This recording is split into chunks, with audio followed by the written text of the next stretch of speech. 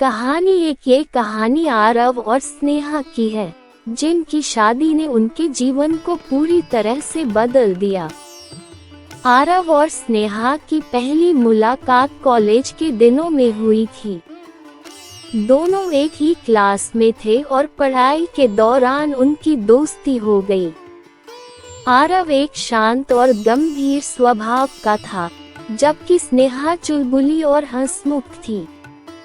उनके विपरीत स्वभाव के बावजूद दोनों के बीच गहरा दोस्ताना रिश्ता बन गया।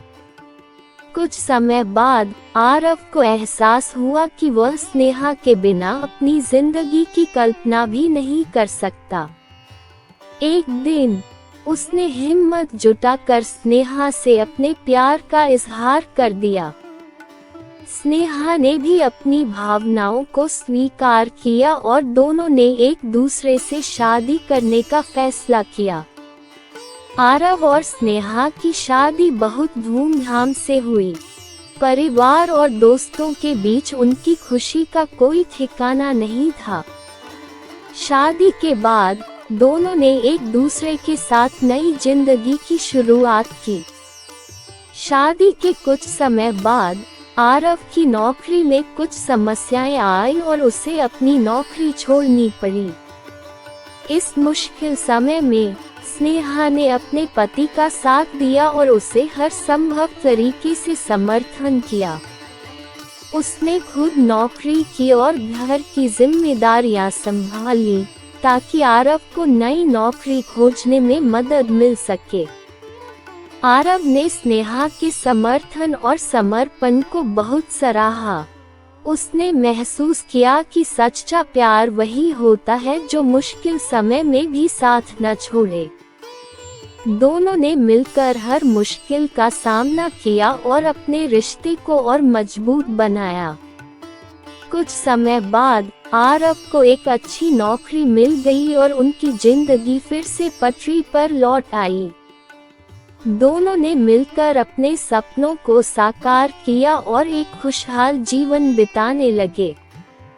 आरव और स्नेहा की कहानी यह सिखाती है कि सच्चे प्यार और समर्पण से हर मुश्किल का सामना किया जा सकता है।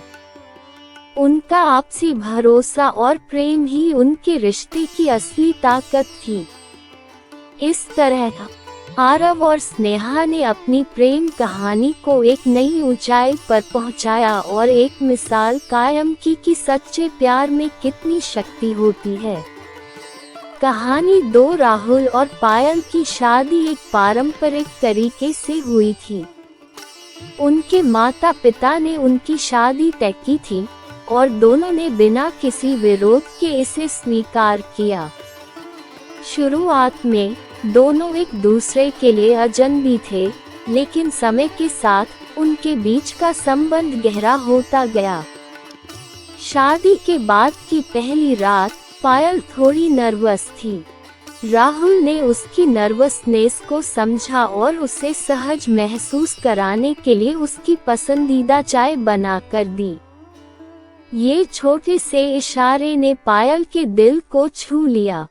राहुल और पायल ने एक दूसरे को जानने और समझने का प्रयास किया। राहुल ने पायल के लिए हर रोज एक छोटा सा सरप्राइज रखा, जैसे कि उसके लिए गुलाब का फूल लाना या उसका पसंदीदा खाना बनाना।